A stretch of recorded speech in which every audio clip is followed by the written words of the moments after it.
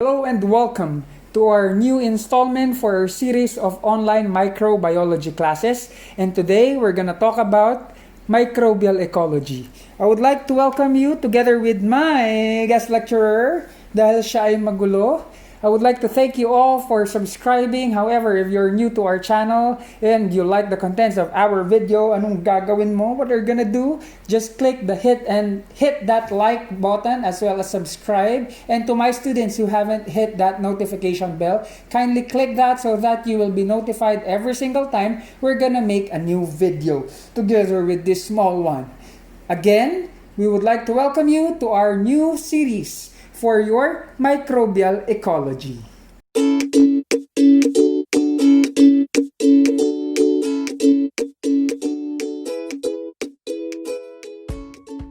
Let's start by discussing the meaning of the term ecology. When we talk about ecology, we're simply talking about the relationships of different organisms to their environment. For this subject, microbiology, we will be focusing on microbial ecology, wherein we are to study the relationship of different microbes from another microbe or to another organism which is not considered to be a microorganism or even to inanimate objects. So, ang focus lang natin will be on microcellular or microbes, microorganisms.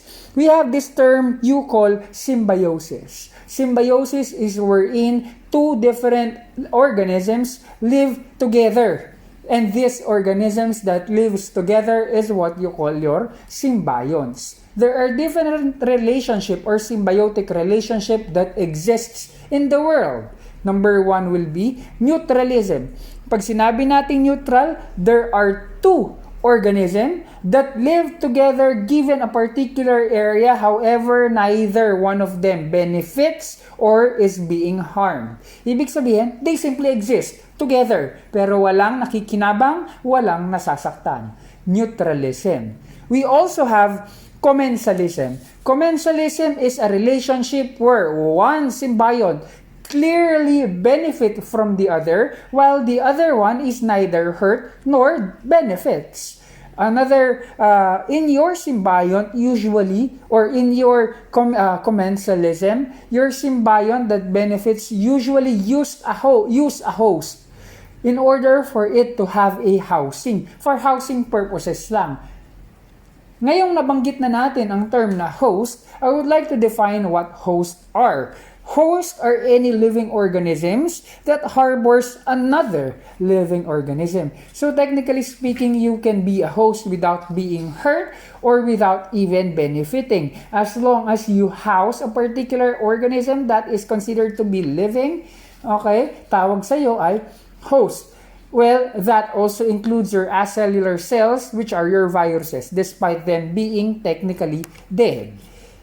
An example of your commensalism will be the existence of your demodex. Your demodex are microorganisms present in your eyelashes. Andiyan sila benefiting from you because you are now housing them. They exist there, okay? They benefit from you by you providing them a place to live. However, you are not being hurt, nor are you benefiting from their existence. They are there on your eyelashes without doing any significant effect in your life. Yun ang commensalism. Next will be mutualism. When we talk about mutualism, there is a mutual understanding between two microorganisms or organisms. Basically, both of the symbionts benefit from each other. Ganon ang mutualism. It's not one-sided na isa lang ang nakikinabang, isa lang ang nabibigyan. Rather, mutualism is where both participants benefits from each other. A classic example of this is your Ecology. From our previous discussion, alam nyo na ang E. coli exists as an indigenous microbiota in our colon. This E. coli consumes different substances that passes through our colon that will serve as nutrients to them in order for them to proliferate, grow, and thrive. However, in return, your E. coli now will produce or help your body sensitize vitamin K, a vital component that is being used by our body in order for us to coagulate. In the absence of vitamin K, there might be a higher risk for bleeding. Kaya kailangan natin ang existence ng E. coli sa ating large intestine. Another example from our previous discussion is the concept of a lichen. A lichen is basically a two-organism creature wherein a cyanobacteria, your algae, lives with a fungi. This algae is photosynthetic by nature, therefore it can harness light to produce energy. This energy that is being produced by your cyanobacteria is being used by your fungi as well to have a source of energy. While this fungi having chitin or chitin in their cell wall, being hard in structure, it provides a covering, preventing desiccation sa part naman ng algae. Clearly, there is a mutual relationship between your algae and your fungi living together as your lichen. Ang tawag natin doon ay mutualism. A lot of your normal microbiota are considered to be mutualistic in nature. You will know more as we progress throughout our discussion for this session how there is a mutual relationship between you and the different microbes that resides in your body.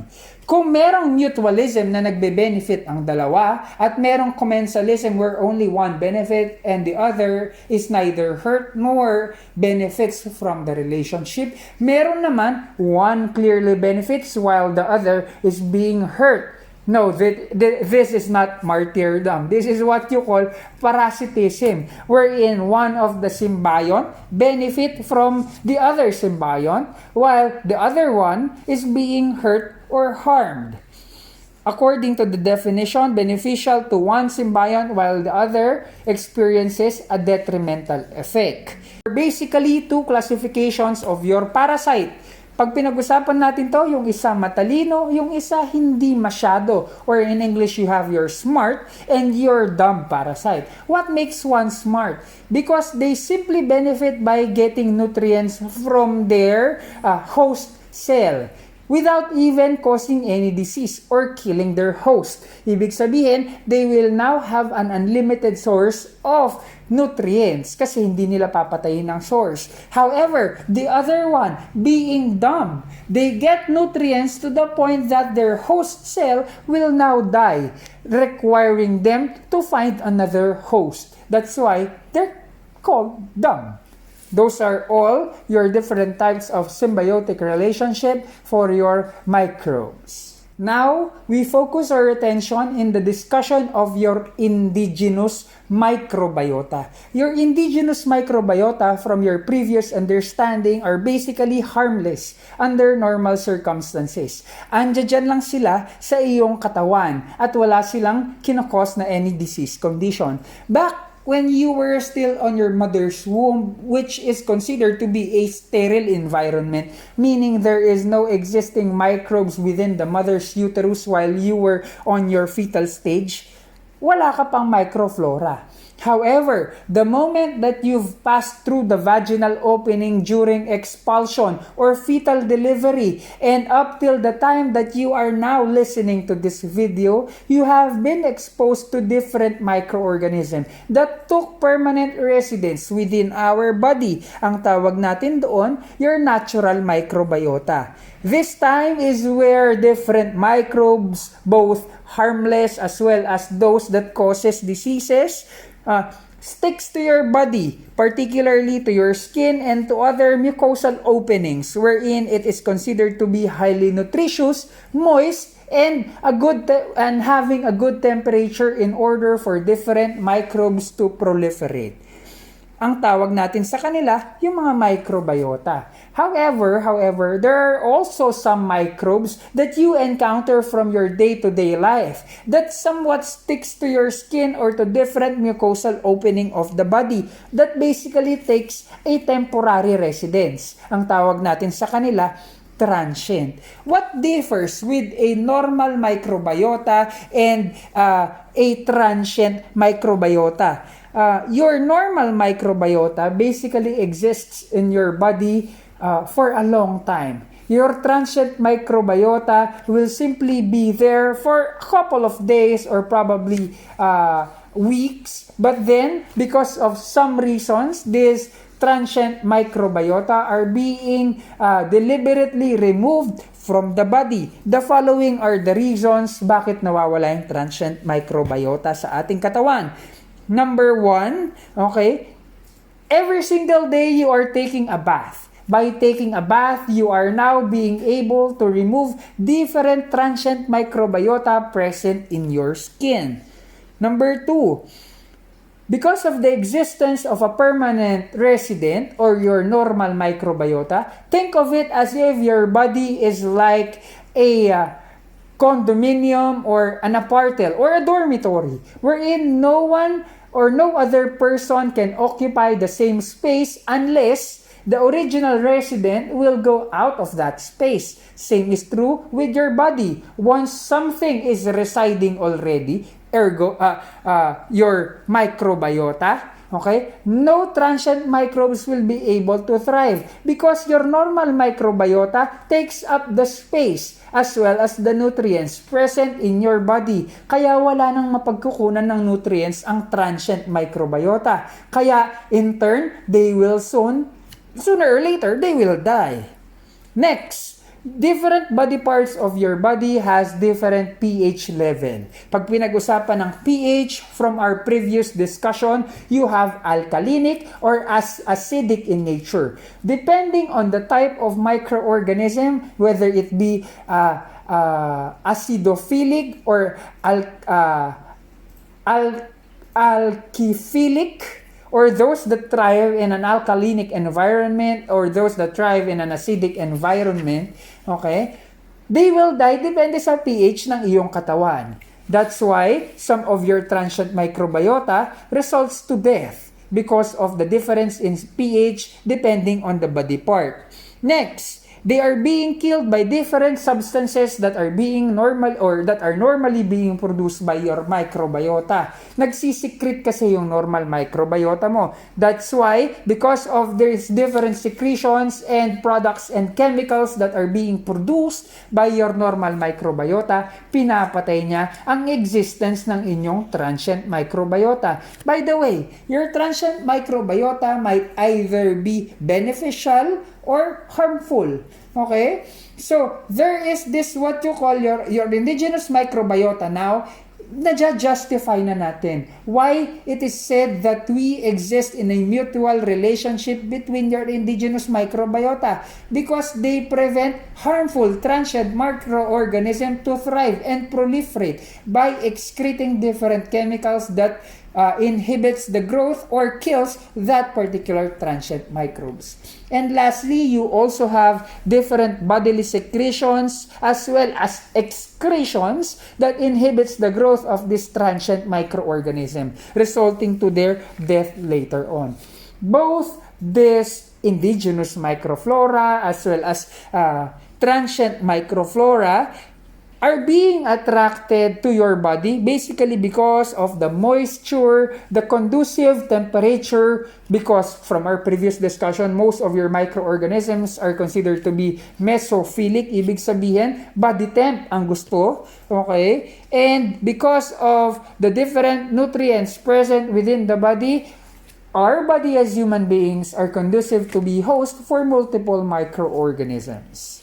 Your resident microflora basically exist in your body as if they are police enforcers or law enforcers. They control the growth of different microorganisms, maintaining balance. That's why, guys, I would like to emphasize this. Excessive prolonged use of antibiotics that will result to death of your normal microflora.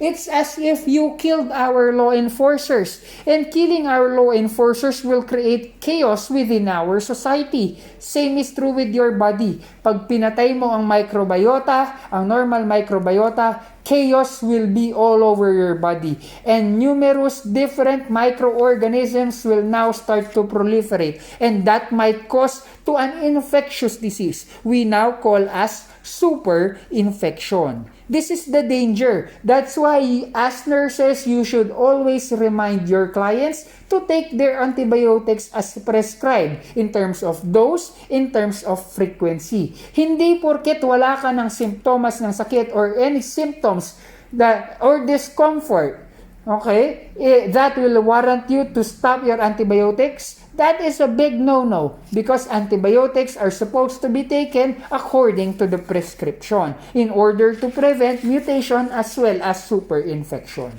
By definition, again, superinfection is the overgrowth or population explosion of different microorganisms in the absence of your normal microflora. Let's now talk about your microflora that exists sa ating mga balat or in your skin. Primarily, they are being dominated by different bacteria as well as fungi.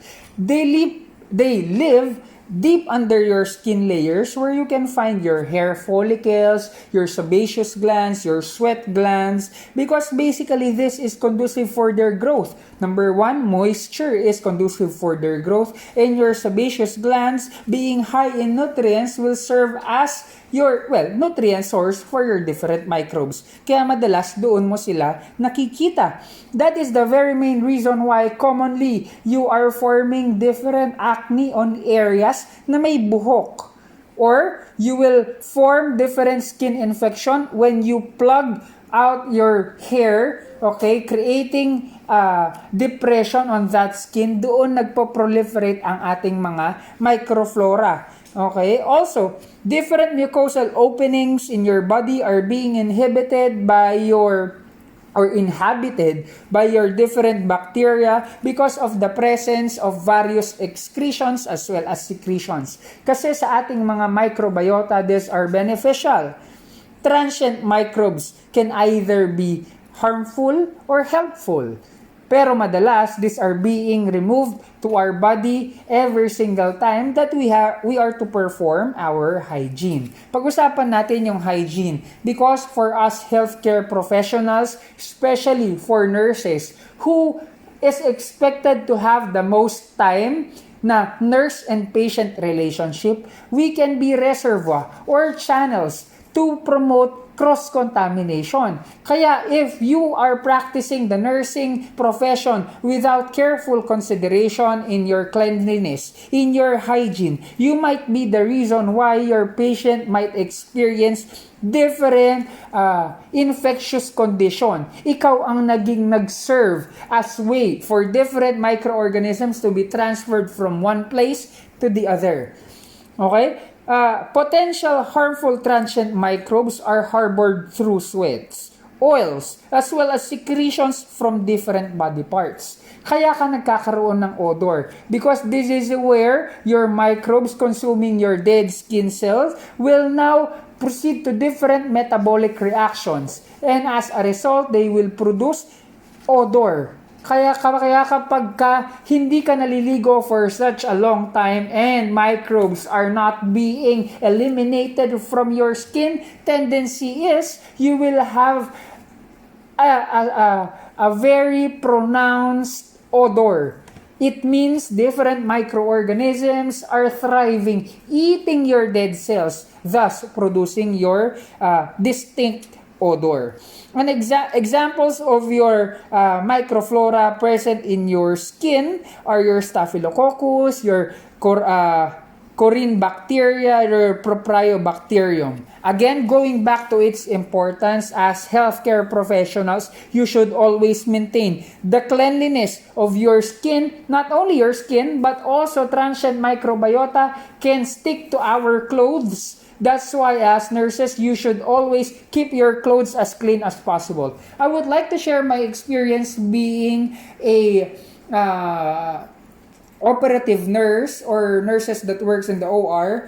It is very vital for us to keep ourselves as sterile as possible. Meaning, when we enter our unit, we cannot even wear our clothes that we have used outside the hospital, primarily because it is believed that different microorganisms stuck to our clothes. It might result to different infectious disease. Comes the time na ang patient mo na operahan. That's why automatically we are bringing sterilized clothes, wherein it is assumed that those clothes being unexposed to the outside environment is considered to be sterile by nature. Kaya, palaging iingatan ang mga kamay. Areas that are considered to be high contact for our patients are of priority. For example, you have your hands, you have your, basically your upper extremities as well as your clothes. Kasi palaging exposed or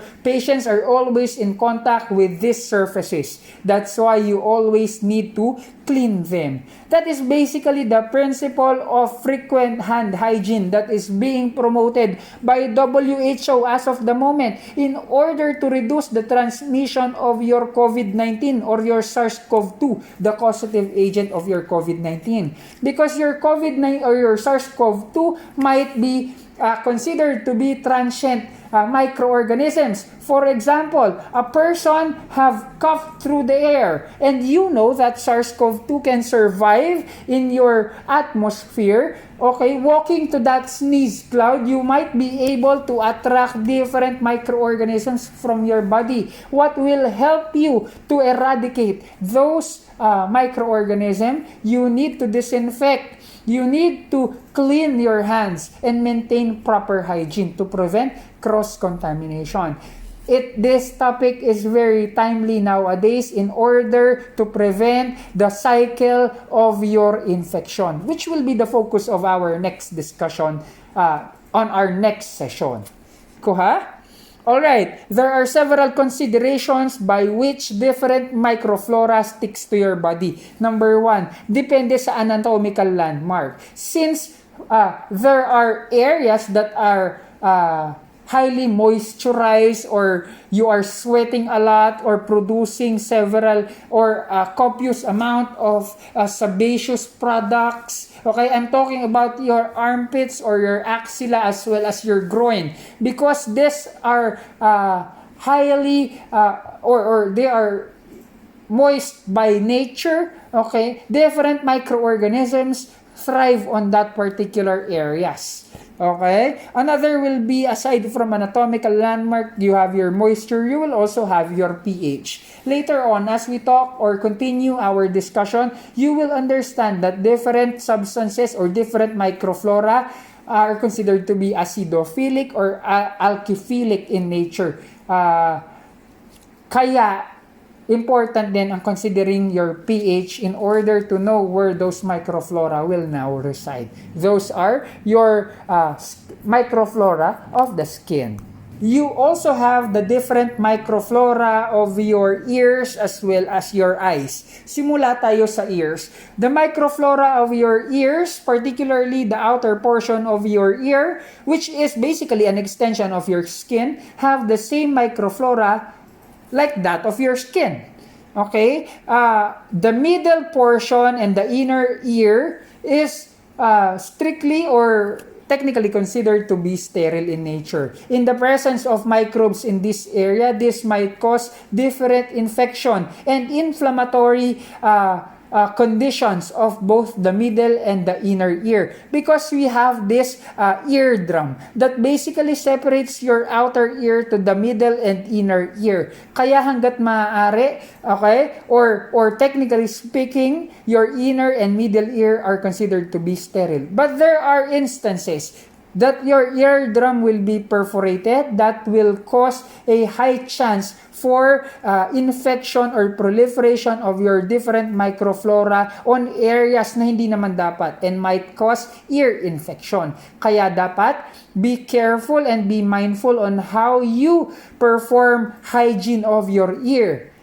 It is not recommended that every time you take a bath, you will swab your ears, because that will only push different microflora together with your cerumen present in your outer ear, going nearer to our eardrum. That might also cause different infectious diseases on the inner and the middle ear. Next will be your eyes. It is said to be that tears are signs of being a strong man.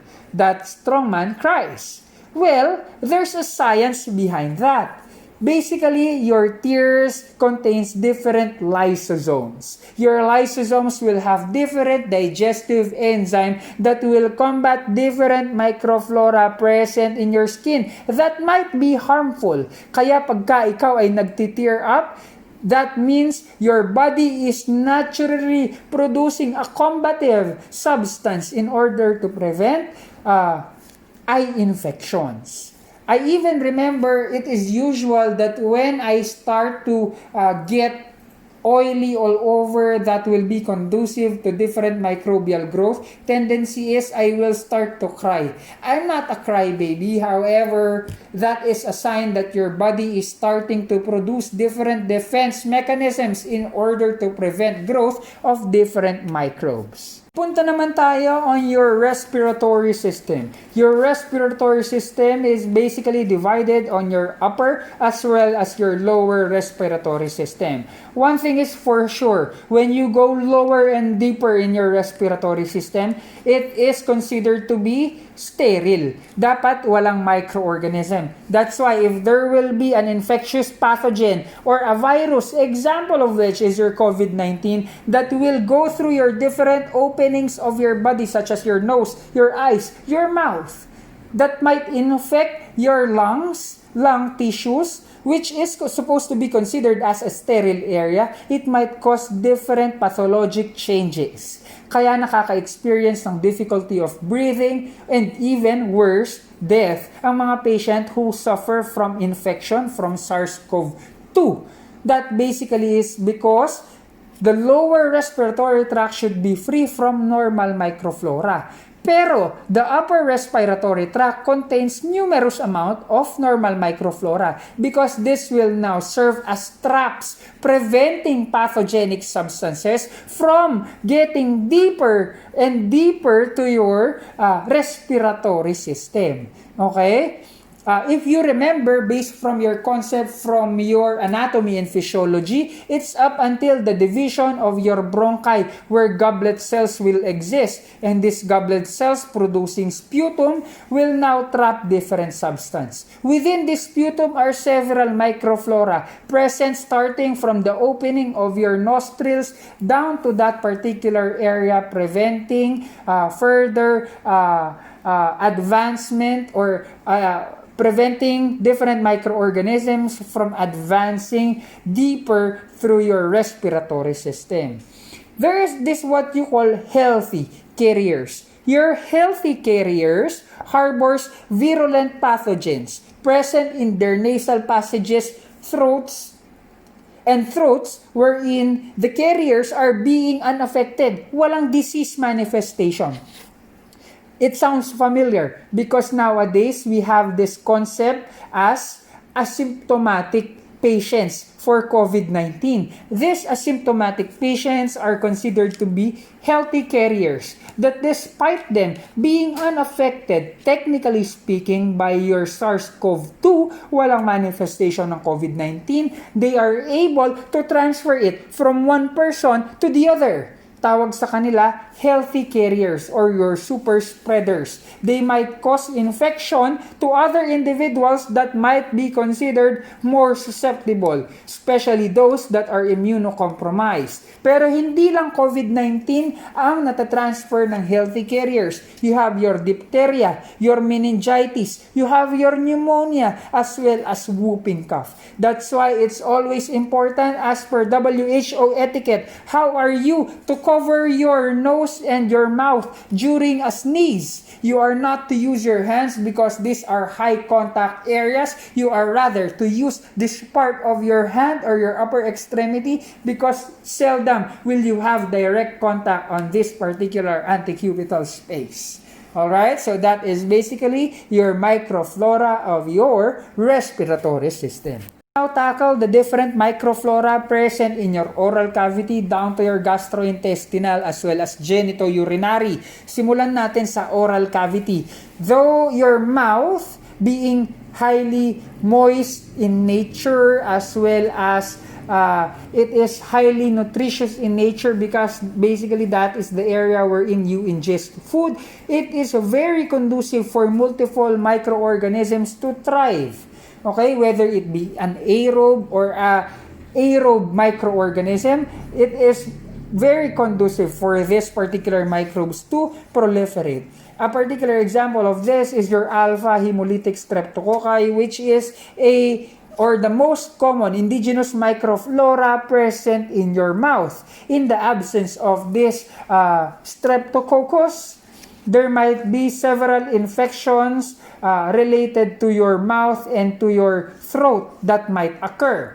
Okay? Another example of your streptococci present in your mouth is your streptococcus mutans. Basically, the cause of your tooth decay. Kasi kapag kumakain ka, these substances, this microflora also utilizes those particular food components as their food source. However, in the absence, or if there is a particular food that is not removed on those spaces between your teeth, okay, that might be an area for microbial proliferation. At pag nawala na ang iyong food substance, tendency they will now start consuming the dentin and the enamel of your teeth, producing tooth decay.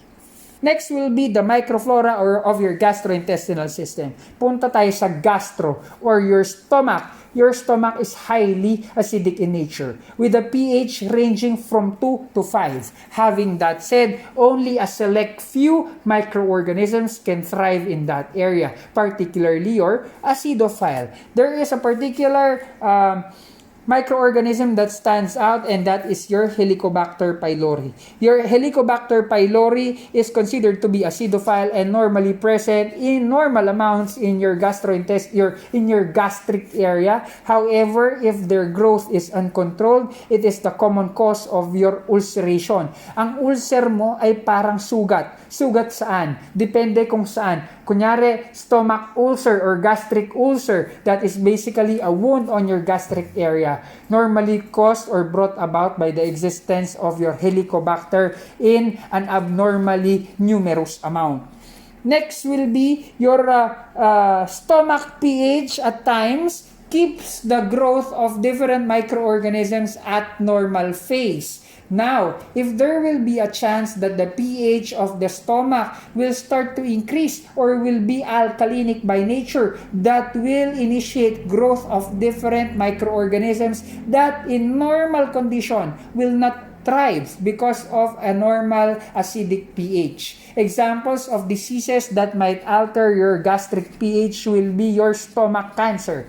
If there is cancer, normally the gastric pH increases. That's why it becomes alkalinic in nature, promoting growth of different microorganisms. Delikado ba yon? Delikado, because that might also lead to ulceration. Next will be going deeper or further in your gastrointestinal system down to your duodenum. Your duodenum have few microflora, basically because this is the area wherein your bile secretions are being deposited. And your bile is also somewhat acidic in nature. That's why it limits microbial growth. However, going further down to your jejunum, more and more microbes or microflora are being resides on that particular area. Going to the large intestine or your colon, numerous microbes are present. Majority or most of them being anaerobes, obligatory, aerotolerant, as well as facultative anaerobes. Microbes that lives in colon are usually considered to be opportunistic kasi nga the large colon is most of the time associated with excretion, dirt, byproduct, wastes. That's why they are at times considered to be opportunistic. One of the most common microflora present in your large intestine is ang bidang-bidang E. coli. Kanina, sinabi natin na mutualistic ang E. coli if they are used to sensitize vitamin K. However, E. coli can also be considered as a opportunistic pathogen in a sense that because of the proximity of your anal opening to your vagina as well as your urethra, sunod-sunod yan. Do you remember your pneumonic cuva? clitoris, urethra, vagina, as well as anus. Okay, because of the proximity of all those structures, E. coli can be easily transferred through your vaginal opening as well as your urethra, causing UTI and vaginal infection or even vaginosis. That's why to our female viewers, kindly be mindful on how you clean those areas because you are highly susceptible for different vaginal and urethral infection compared to us men. Also, yamang nabanggit na rin natin ang urinary as well as vaginal opening, we proceed to the microflora present in your genitourinary area. Your KUB, basically your kidney, ureter as well as bladder, are technically sterile by nature. Hindi pwedeng may microflora dyan or else that might be a cause of infection. However, on the urethral opening, the distal portion of your urinary system, maraming microflora dyan. And there is a tendency for this microflora to crawl up, going to your sterile bladder, to your sterile ureters, as well as kidneys. That's why it is important for us to regularly urinate in order to prevent UTI because frequent urination will cause the flushing of different microorganisms that attempts to go up to your urinary system. Kaya, kailangan regular ang pag-ihi. In order to have regular urination, always consume water. Also, there are some conditions that might make urination impossible or difficult. For example, your urethral opening or your urethra, the structure itself is being compressed, shortened, or even occluded. That might be hard. That might make it hard for your patients to urinate. That might be a reason for infection. That's why patients suffering from stones, from strictures of this particular area usually experiences UTI. Okay? Also, several microorganisms that usually cause UTI aside from your E. coli are the following. You have your Chlamydia trachomatis, you have your Neisseria gonorrhoeae, as well as your Mycoplasma. All of these microorganisms are easily transmitted through sexual intercourse. Teka lang, sir. Sexual intercourse and urinary system? Yes, again, mind you, female audience, your urethra is proximal to your vaginal opening. That's why during sexual intercourse, particularly if your partner will have or is a reservoir or is containing and harboring this particular microorganisms, it might be transferred to you, not only leading to vaginal infection but also urethral infection again due to the concept of proximity. Yamang nabanggit na rin natin ang reproductive system, focusing on our female clients. Usually, the reproductive system for female is considered to be sterile, except the area of your vagina, wherein some microorganisms are there to exist. Example of which is your lactobacilli. Are you familiar with your Lactacid feminine wash or your pH care? Basically, this Lactacid and pH care would like to promote growth of your lactobacilli present in your vaginal opening. Because this lactobacilli keeps the acidity of your vaginal opening. And because it is somewhat acidic in nature, it might cause death of those microorganisms that will thrive only on neutral or alkalinic environment. However, the pH of the vaginal opening varies depending on the age because it is highly governed by different hormones. That's why kapag ikaw ay bata pa lang or you are past your menopausal stage, usually the pH of your vagina is alkalinic in nature. However, if you are in your prime reproductive stage, wherein several hormones, namely your estrogen and progesterone, governs your physiologic responses, tendency is your pH or vaginal pH together with your lactobacilli will be acidic in nature, preventing different pathogenic substances from thriving on that particular area. Kaya talaga acidic in nature ang inyong vaginal opening. Or else, if there will be a decrease in the number of your lactobacillus, that might be or that might pave way to supra-infection or super-infection in the form of vaginosis or vaginitis.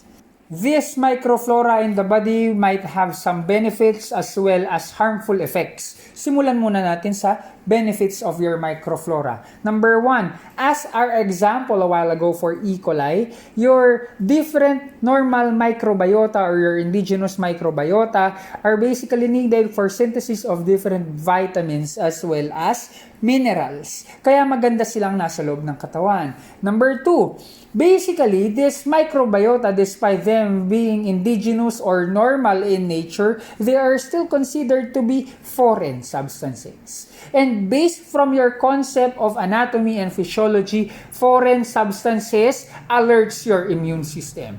That's why this normal microbiota, because they are strictly considered to be foreign substances, it always keeps our immune system at high alert. Comes the time that an abnormal pathogen will enter the body, our immune system is already warmed up for combat. That is one benefit of the existence of your microbiota. And lastly, again, the concept of the tenant, wherein your normal microbiota will prevent the colonization of different opportunistic as well as unnecessary microorganisms within the body. Yon ang benefits ng ating normal microbiota. Punta naman tayo dun sa harmful effects. We first discussed the concept of microbial antagonism. Pag sinabi nating antagonism, it's basically a state wherein one symbiont cancel the effect of the other symbiont.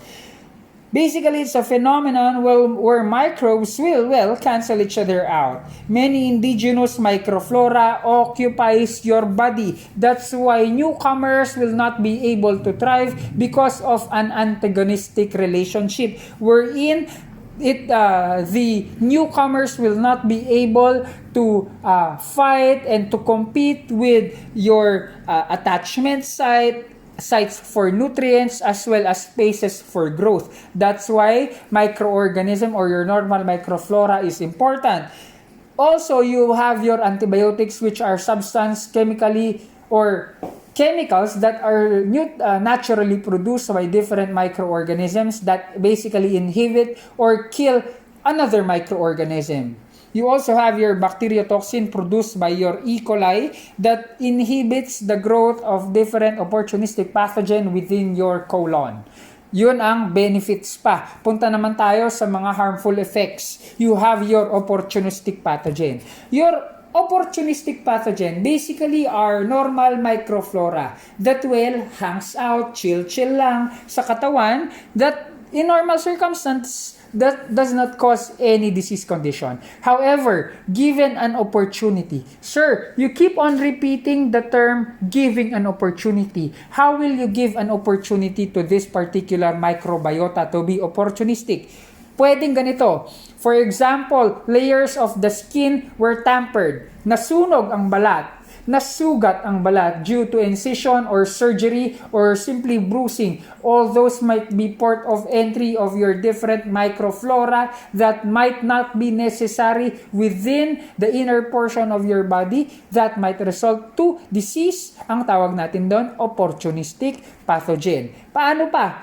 If there might be changes in residence. A classic example, again, is your E. coli. Ang E. coli permanent residence, taga-colon, taga-anus. However, if it will go to your vagina as well as your urethra, it might cause infection. Ang tawag natin ngayon sa E. coli na nag-cause ng infection because it went through a different area or a different anatomical position or landmark or anatomical area. That is, your E. coli now will be considered as an opportunistic pathogen. punta ka naman sa biotherapeutic agents. Your biotherapeutic agents are phenomenons or substances wherein microorganisms are being used to enhance and bring back the microbial balance in a certain anatomical structure. For example, nagdadiarrhea ka, nagkakaroon ka ng dysentery, stomach upset. Ano ang unang iniinom mo? Hindi naman gamot. Ang unang mong iniinom, Yakult, wherein it contains microorganism that will be necessary in order to return the balance in your gut. That's why it's considered to be a biotherapeutic agent. But aside from Yakult, there are numerous biotherapeutic agents present in our society that enables to bring back the balance present in a normal functioning body. It has been a while that we have talked about the existence of a particular pathogen or a particular microbe that will infect the body. But then, it is not always that only a single microbe will cause a disease condition. Most of the time, they exist in group. Grupo, party. Ang tawag natin dito, a biofilm. A biofilm is a complex and persistent communities of assorted microorganisms that resides within the body. Usually, this is the appearance of your microbes because microbes are, comes in groups usually. A classic example of your anatomical landmark that are being affected by your biofilms will be your bones, heart valves, tissues, and inanimate objects such as artificial implants of the body. Madalas doon napupunta ang iyong mga microorganisms. That's why I remember one time that we have operated a particular heart changing its valve. One of our primary consideration is preventing infection to happen. Basically because biofilms usually thrive to synthetic areas. For example, naglagay ka ng prosthetic valve. Is that a synthetic substance? Yes, that might be an area conducive for biofilm growth. That's why it is necessary for us to highly monitor for any infectious condition present to our patient. Ganon din sa mga patient na may implant. For example, meron siyang plates sa arm because of an accident or your lola who have had hip replacement, that might be also areas conducive for different biofilms to grow. Usually, these biofilms causes different infections such as endocarditis, you have your cystic fibrosis, kidney stones, and many more. These biofilms being grouped in nature, okay, parang tao lang. Okay? They are better when they're together.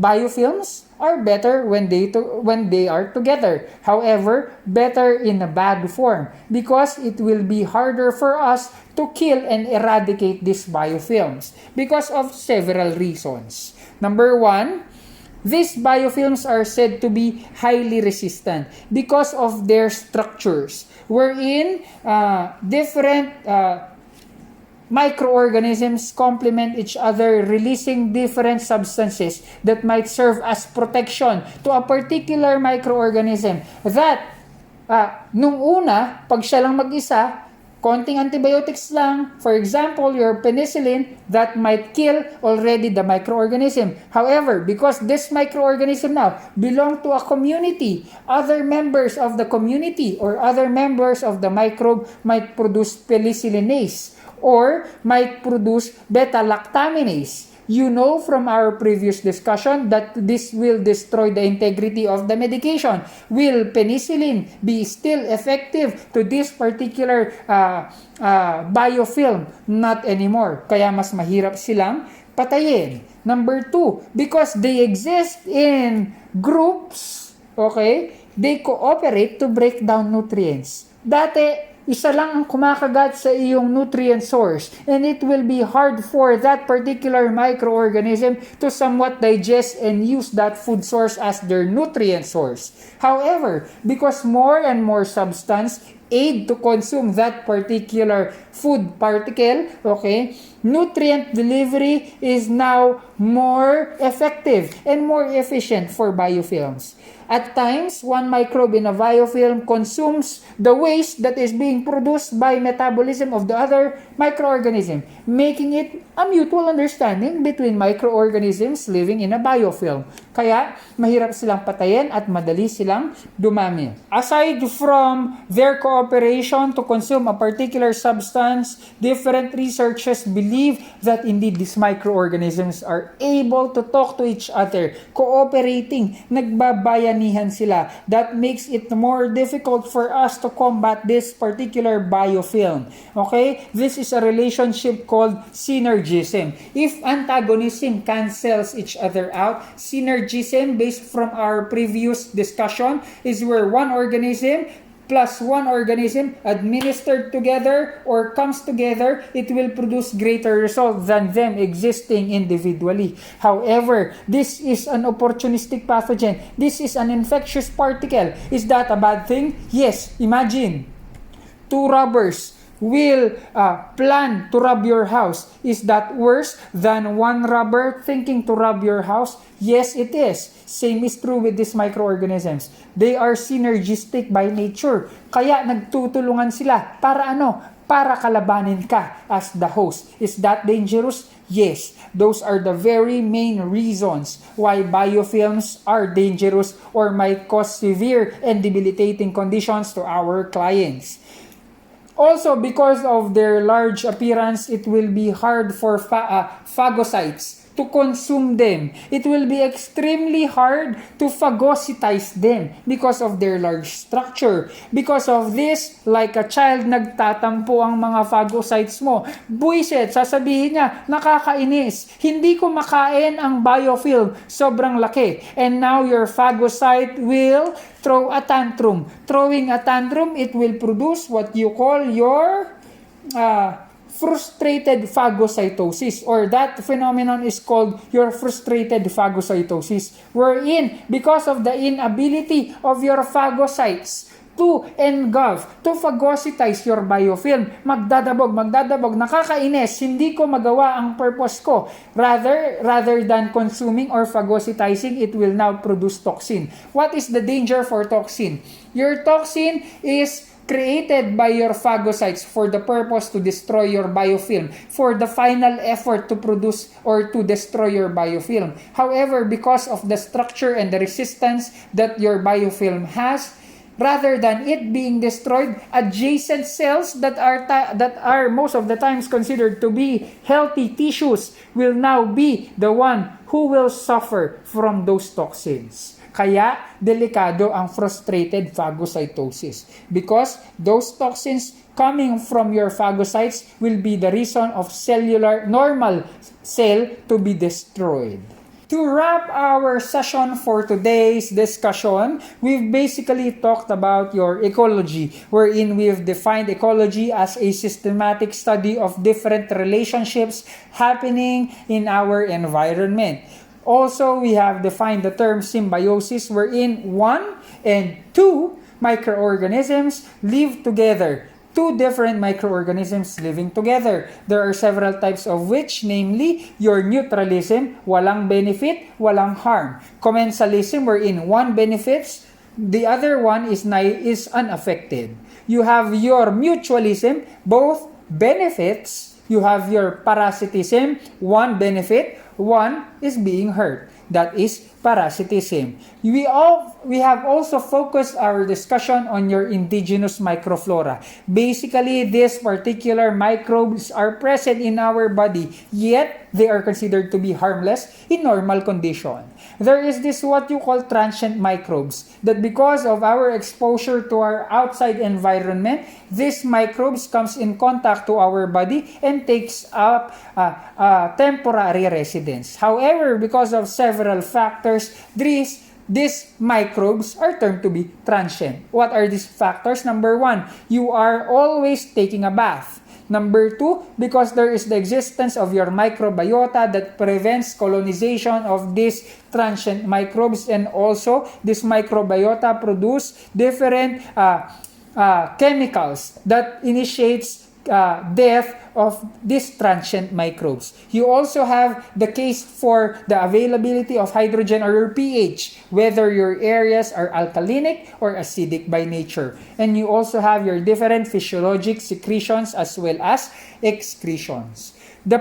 We have also talked about the different microflora present in your skin, in your eyes, in your ears, in your respiratory system, also in your mouth, as well as gastrointestinal system, as well as your genitourinary system. Just 1 minute. Also, we have discussed the positive effects of the existence of your microflora, namely for vitamins and mineral synthesis. Number 2, it keeps your immune system alert by releasing minimal amount of antigen that will somewhat alert your antibodies. Number 3, it will prevent colonization in our principle of residency. Next, we have defined the term opportunistic pathogen. Opportunistic pathogens are basically indigenous microflora that, because of an opportunity, namely being immunocompromised, having a surgical lesion, or even just a wound, or transferring from one area to the other, example of which is your Ecology, they gain an opportunity to what? To cause a disease condition, ergo their term, opportunistic pathogen. You also have your biotherapeutic agents. Biotherapeutic agents, concept of balance, homeostasis. Next is your biofilm, which is basically a conglomeration of different microorganisms that makes it very difficult for us to combat this group of microorganisms. With that, together with my partner for today's discussion, antok na siya, we hope that you all stay safe and well despite the continuation of our quarantine period, reminding everyone that learning is always a fun experience. Bye-bye!